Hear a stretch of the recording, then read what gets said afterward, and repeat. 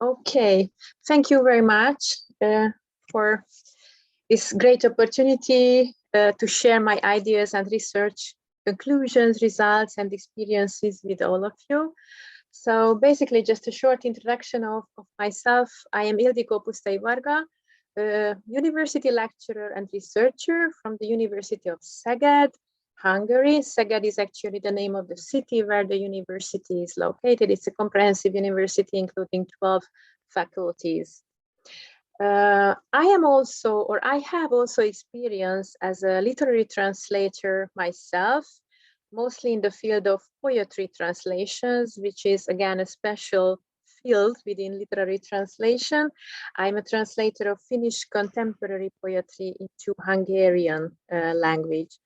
And it is always a very exciting experience to do research in a field or to have an insight in a profession which you as a researcher also are involved in. But of course, it also means that you should have a very conscious and kind of rigid research methodology to be self-reflective, being yourself a literary translator and studying the profession of literary translators as such. So let me call you or invite you for a little bit of a trip, both in time and in social, cultural, maybe also political contexts in the next few minutes. I did research a few years ago, studying and understanding the competency elements of literary translators, how it was conceived and how or what kind of competency elements were expected from literary translators 40 years ago in Hungary, which was not only a time which was a little bit further away from our present day times, but it was also a different cultural, social, and political context.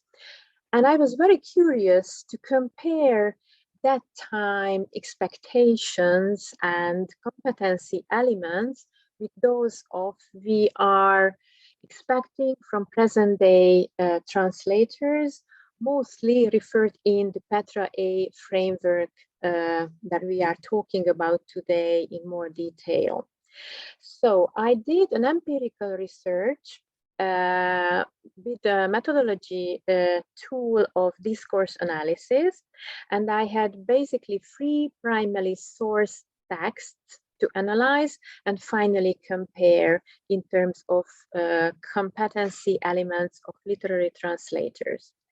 The primary source text or group of texts, to be more precise, are from the year 1975. So we really travel back in time a little bit in Hungary.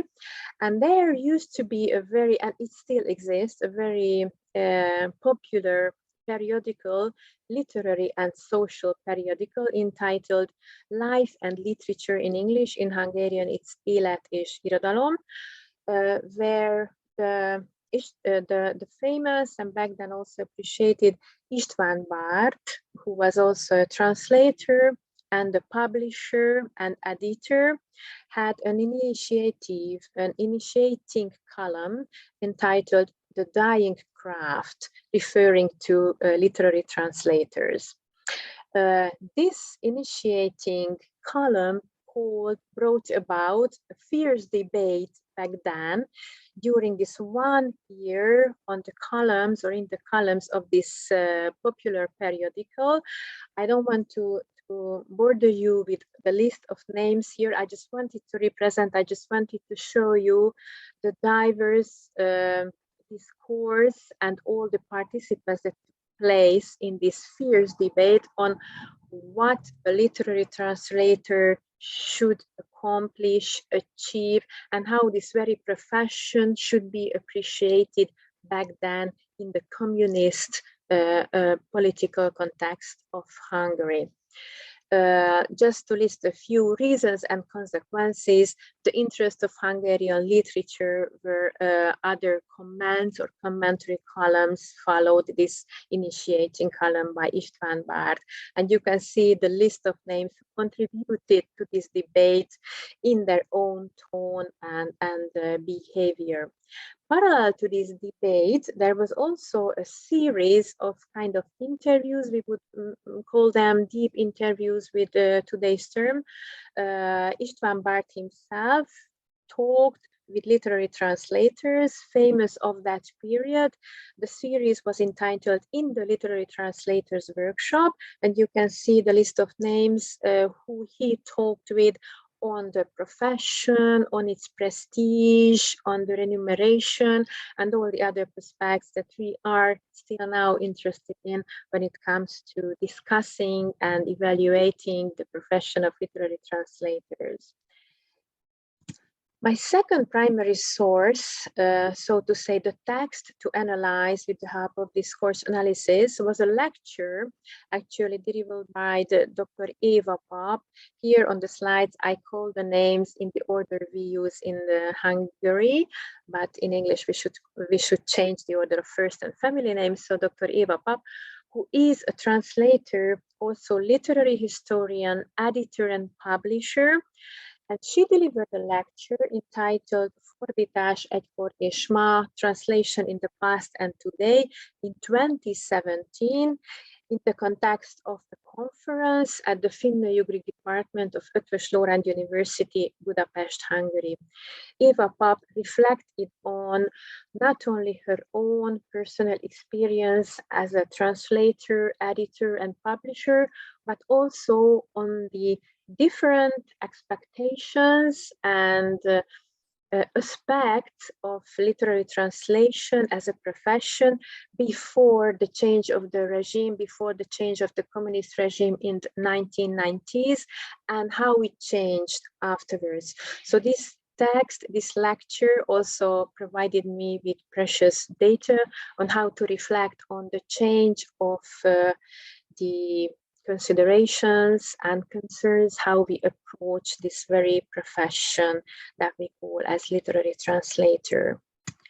The third group of primary source of texts are related to PETRA-E Reference Framework for the Education and Training of Literary Translators. I do not want to go into details discussing the project because we are here to discuss this, and we have already heard and listened to presentations detailing its endeavors and aims.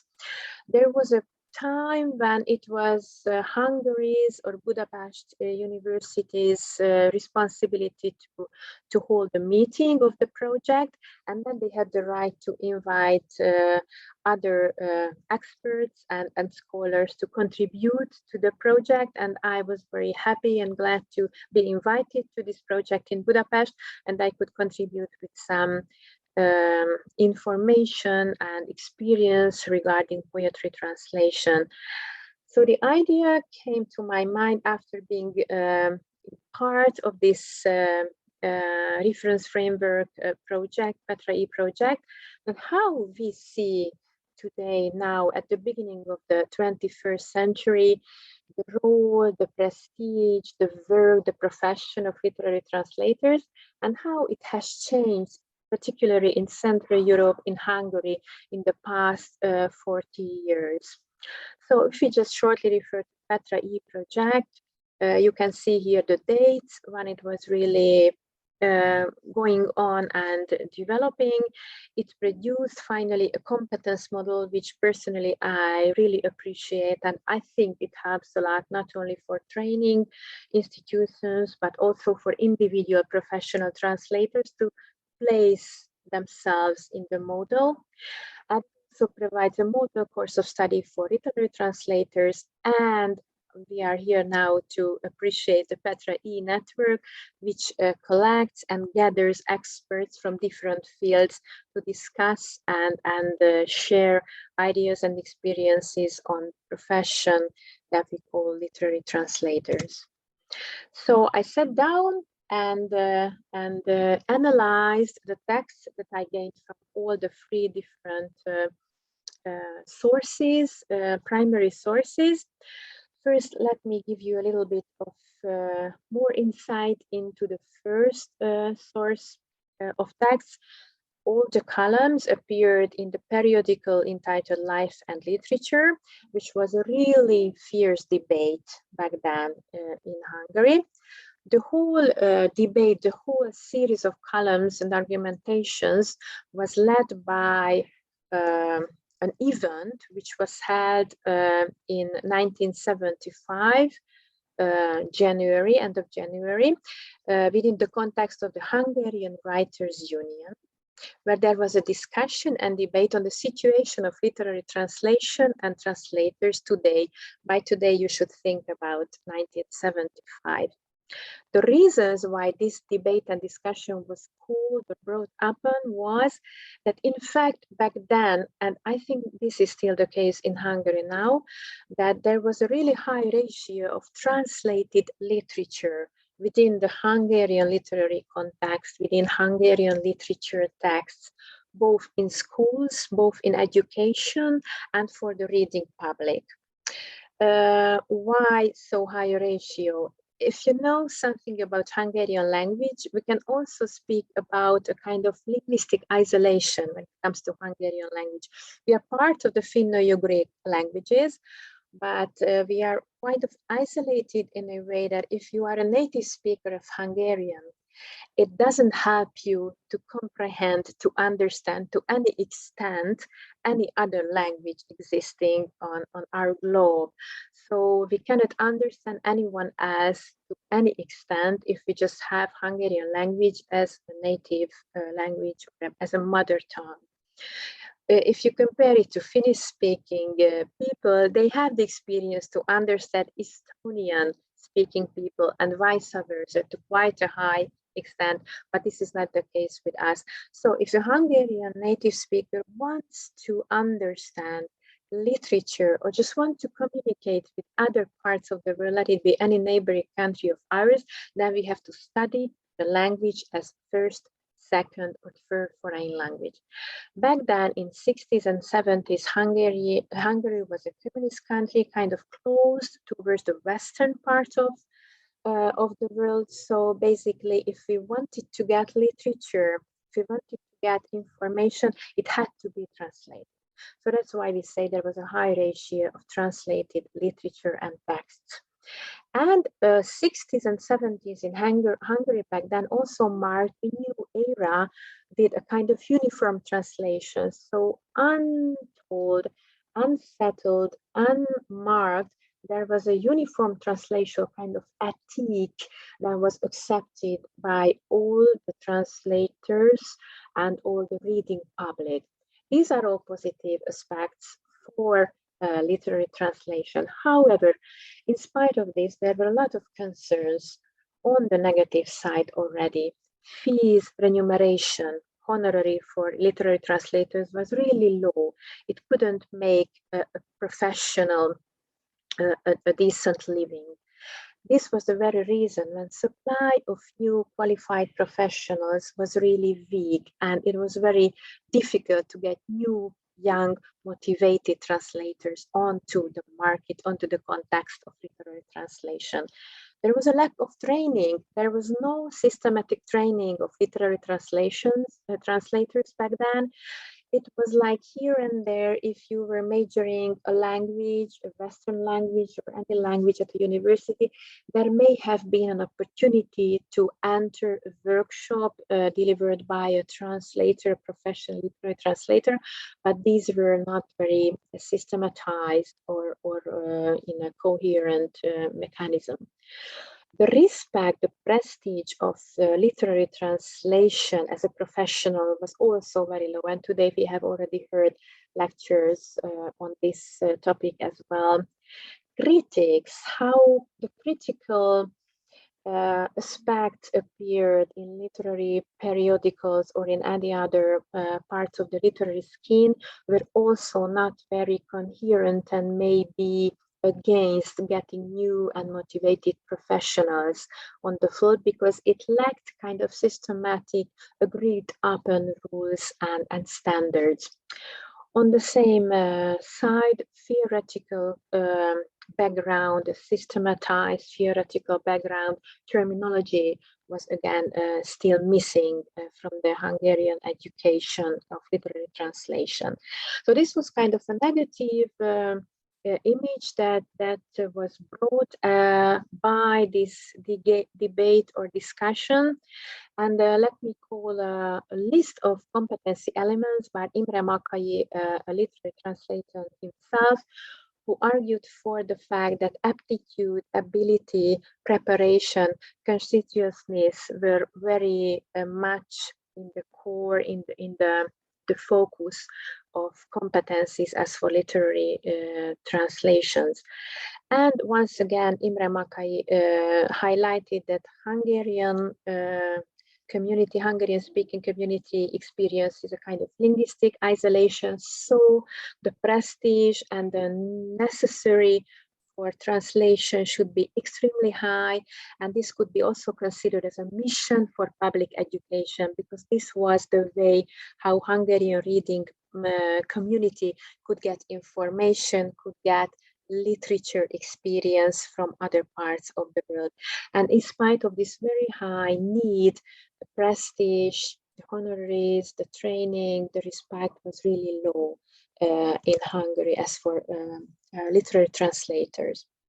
Now let me list you a few elements of competencies that kind of were brought about by analyzing the Life and Literature periodical columns and Eva Papp's lecture on the role and prestige and competence of literary translators. So the intersections, I have grouped them into two. On the left column, you may see kind of attitudes, what kind of attitudes a literary translator is expected to have when it comes to quality profession. And on the other column, you can see more skills and knowledge kinds of competence elements, which can be gained by training, education, and practice. So perseverance, self-reflection, the missionary zeal that a literary translator should have in order to get the translations to the audience, the target audience. Motivation is of extremely importance. Creativity. It does not mean that the literary translator should be a writer or poet of his or her own right, but still the sense of creativity should be there. Responsibility, cooperation, because this whole procedure, this whole context is complex, and we have to contact a lot of different professionals, experts, stakeholders. So we should be able to cooperate with all of these. Initiation is very important when it comes to a culture, when it comes to a literature, which is not so central, not mentioning a language of limited diffusion. Then you, as a literary translator, should be promotive, proactive, and initiate translation projects, so to say, and reliability. On the other hand, erudition or qualification is of extreme importance. The fact that you as a translator have to keep in mind your target audience and how you should adopt your translation due to their knowledge, expectations, language expectations, that's also a very important skill. You should be able to analyze the text and the translation context and also the translation situation itself thoroughly. You should be able to comprehend the text itself. You should be able to evaluate your own work as a literary translation, and you should be able to evaluate other co-translators' achievements, text as well. You should be very familiar with the very genre you are working with, and you should be very aware of the process of translation, literary translation, from the initiation to the point where the book or the volume appears on the shelf of a bookstore, and how it can be marketed, how it should be promoted in order to fit the market requirements as well. And as a matter of course, you should be a master of both languages, source and targets, not only in terms of understanding, but you should also be able to distinguish the stylistic, register, or regional differences in both languages. And you should also be aware, you should have a knowledge of the two different literary canons and contexts in order to be successful in your literary translator's work. And now I think I could save time when it comes to the PETRA-E reference framework, because you are all aware of its achievements, goals, and ambitions. It focuses not only on training, but also on how a literary translator can gain maturity afterwards. It is very open, very flexible, suggesting and accepting diverse routes and diverse skills for a literary translator. It has a strong European focus, which I really appreciated in my research after checking the Hungarian contest before the change of regime during the 60s and 70s, after the change of the communist regimes. And it was very nice, very exciting to put all these into the European context. The reference framework provides a systematized mapping in terms of development and transmission. And once again, we should highlight it's an open system. It doesn't give any expectations. It just provides possibilities on an open context. And it aims at giving a good or better reputation of the profession of literary translators.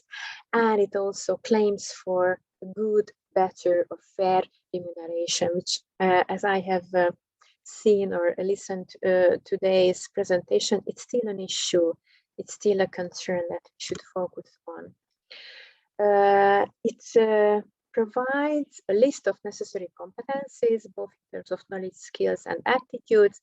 It also gives steps and levels leading to acquiring these competencies. It determines sub-competencies with the help of descriptors that a literary translator at a given level must possess. And it also aims at or addresses at professional literary translators, also students and training institutions. And in its focus, we may list comparison and harmonization. I will not go into details, but you may all remember the sub-competencies the PETRA-E framework provides: transfer competence, language competence, textual competence, heuristic, literary, cultural, professional, evaluative, and research competence. And now let's see my results concerning the comparison of all these three original primary sources, how they reflect on each other. First of all, I checked if there is anything that is in the PETRA-E sub-competence list but has not mentioned, did not appear at all in my two other primary sources from the 60s, 70s, and reflecting on the Hungarian context after the change of the regime. And the one is research competency. This did not appear in the previous sources, in the previous time context, so to say. It may be due to the fact that translation studies did not exist in the 60s or 70s, even maybe at the beginning of the 90s, especially in Hungary. It was not still there to offer a coherent and consistent theoretical framework. There were no training, systematic, university context or any other kind of trainings. It was more, you know, somebody was born as a talented translator and he or she managed or tried to proceed with his or her career, or there were these kind of master courses where there was a already experienced literary translator who could have one or two or three kind of students or trainees in a personal workshop kind of methodology.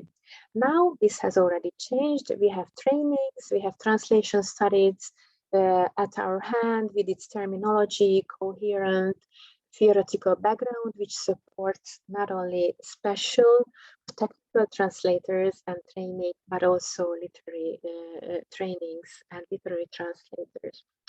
But then there were three competence elements that I didn't find explicitly in the PETRA-E model, but they were very important and focal parts of the other sources that I checked from the 60s, 70s, and after the change of the regime.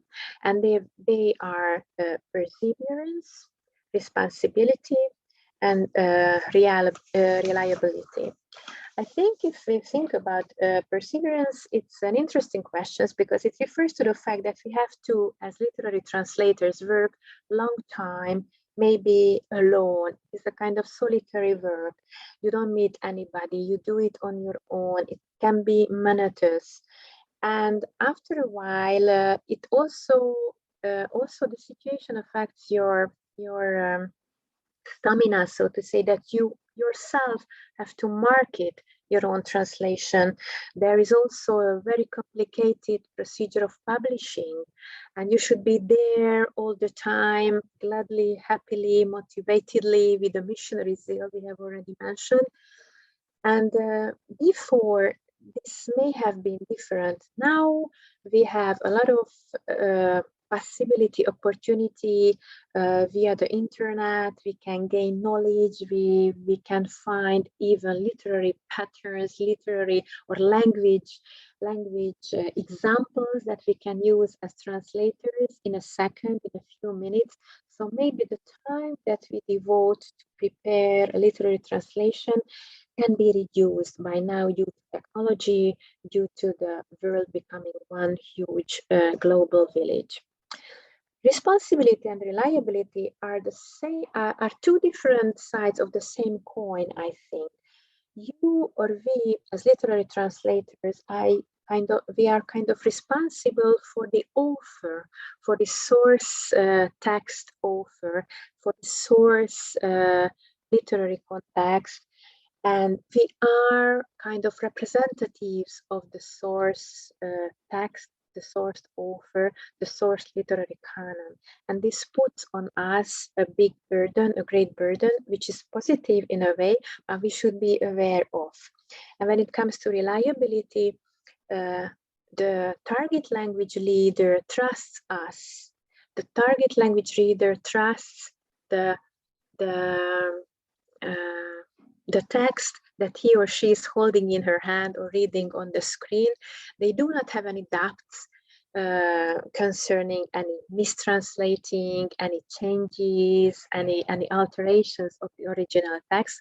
So we as literary translators should be really aware of the same coin, two sides, that we are responsible for our author, source language author, source language text, and we should provide this reliability for our target language reader. Thank you for your attention and for the possibility, for the opportunity that I could share my conclusions, research results concerning or focusing on the profession of literary translations in Hungary and in Europe, and in a 40-year time prospect as well.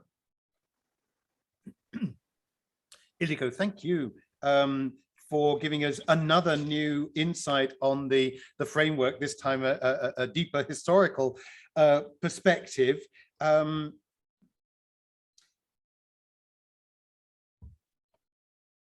Thank you for jumping in as well at short notice when our scheduled speaker was unable to join us.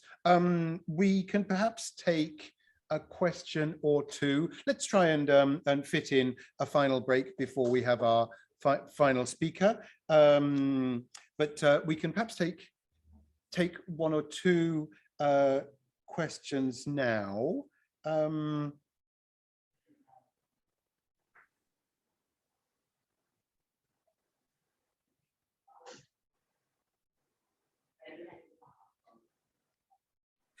I was wondering, I mean, you concluded with pointing out things that are that arise in 1975 in the Hungarian materials that you were studying, but which aren't included in the PETRA-E framework. I was wondering, are you suggesting that we should add these to our lists then? I don't know, maybe because I remember this call that if you have any suggestions, then please approach us. So yeah, I remember, I'm not very sure, but it may have been helpful for someone else whose presentation was also related to the fact that shall we add more psychological, yes, sub-competencies to this model. So why not? I think still, in spite of the fact that we may devote shorter time to prepare a literary translation, still, working solitary, aiming at a quality translation, and when you have a lot of knowledge on the internet, it still needs time, to apply also critical thinking, to choose the ones that you would really apply and you would really like to have. So maybe why not? Responsibility, reliability, I think, are also very crucial. Maybe you can join the two, because I mean, this is really the same idea, that being loyal, trustable to the source text, source author, but on the other hand, the target language reader trusts your work, and I think it's really a big burden on us. Well, on the subject of responsibility, we are thinking of expanding on the ethical content of the framework and adding descriptors to cover ethical issues, familiarity with ethical issues, as part of our spectrum of translator training issues. So we're very aware that that's an area within the framework that could be further expanded. I think there are no further questions in the chat, and there are no questions in the room. So Ildikó, thank you so much for that presentation. I think it gave a really, really interesting kind of view back to 1975. I was trying to think what was going on in Britain in 1975. It was when Steiner's After Babel was first published in George Steiner's After Babel in 1975.